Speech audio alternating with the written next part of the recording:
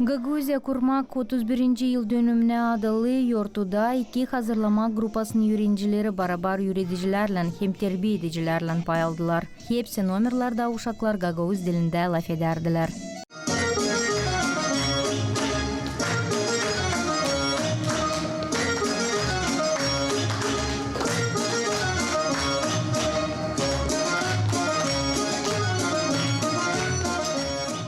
Uşak kurumun başı Anık Raytor paylaşır ki bu takım yortular ta bir adım büyük işte angısı uşak kurumunda Gagauz dilin ilerlenmesi için geçirilir. Gagauz dili uşak başasında bulunur. Çünkü ana dilini küçükten lazım öğrenme.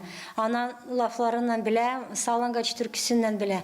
Onun için ben pek sevinirim. Yani Gagauzya verdi bize kolaylık. Öğrenme uşaklarla dili ta uşak başalarından. Elbette ki sevinirim. Hani genişten kullanırız. Bizim uşak başası pek meraklı. Çünkü bizde verildi bize status. Gagauz dilini ta genişten kullanma.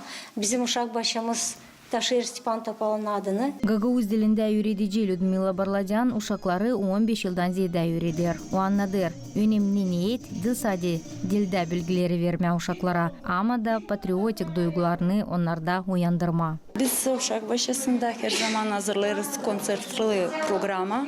Nerede çalarız türküleri, angıları bağlı bizim pahalı vatanımızla, Gagauz'la, ana tarafımızla. Sanırım hani biz bir istedik daha bir parça masal göstermeye, hangisini bize başladı ki adı Todor Ivanoviç Zanet. İstedik o da bizimle beraber bulunsun ortada da sevinsin kendi yaptıkları için. Uşaklar büyük aktif bağlanırlar masalda. Duydular kendilerini halis aktör. Ben sanıyorum hani bu yortu geçti iyi orada. Teklif edili misafirlerin aralarında türlü yaşta insanları vardı kolaylık görme. Tutturma uşakları, uşak kurumun başaranları geldi. Öğretim Bakanı temsilcileri, akademik, yazıcı, şair Todor Zanet. Kimin masalına göre uşaklar spektakli hazırladılar. Yazıcı nişanladı ki beğendiğince uşaklar masalı gösterdiler. Onun manasını açıkladılar. Yortunun sonunda o kimi yeni kağıtlarını uşak bahçesine başladı. Bu güzel sıradan sonra, bu güzel uşaklardan sonra, bu güzel duygulardan onlar bütün yürekten Gagauzca çaldılar, oynadılar, şenlendiler. Bitkide de bir düğü gösterdiler. Pekisine ben sanayım hani Gagauz'un geleceği var. Hem sağ olsun 9.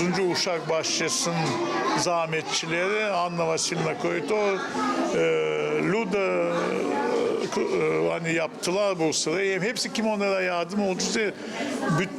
Bütün verilen, bütün kolektif koşulumuz buna sağ olsunlar. Hem yeni yıl için verdiler kuvvet hani lazım yaşamaya doğru da Gagauz'u ta yukarı kaldırma.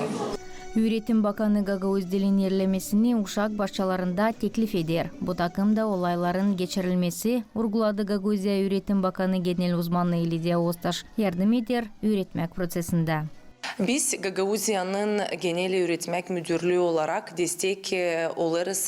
Hepsi Gagauzya'nın uşak başçalarına angılarda geçer bu güzel olaylar, yortular, angıları adalı bizim Gagauzya'nın kuruluşuna. Biz seviniriz, hani Gagauzya'mızda var öğreticiler, angılar severler Gagauz dilini hem de bu sevgiyi uşaklarda yetiştirirler, savaşırlar, hepsi birlikte gösterme, anlatma uşaklara ne kadar önemli Gagauz dilini bilme, onu sevme, hem onda laf etme. Biz kutlarız hepsi Gagauzya'nın yaşayanlarını, bizim Gagauzya'mızı. Ana dili, halkın dili, halkın dili canıdır. Yaşasın Gagauzya, yaşasın ana dilimiz. Başarılandı yortu Todor Zanet masal kağıdından alınma Kül Pepeleşka spektaklinin göstermesinden final scenada baş kahramanları dün oynadılar. Nereye beraber oyunda olayın misafirleri de katıldılar. Людмила Новак, Вячеслав Коса, Ирина Резунец, ГРТ Haberler.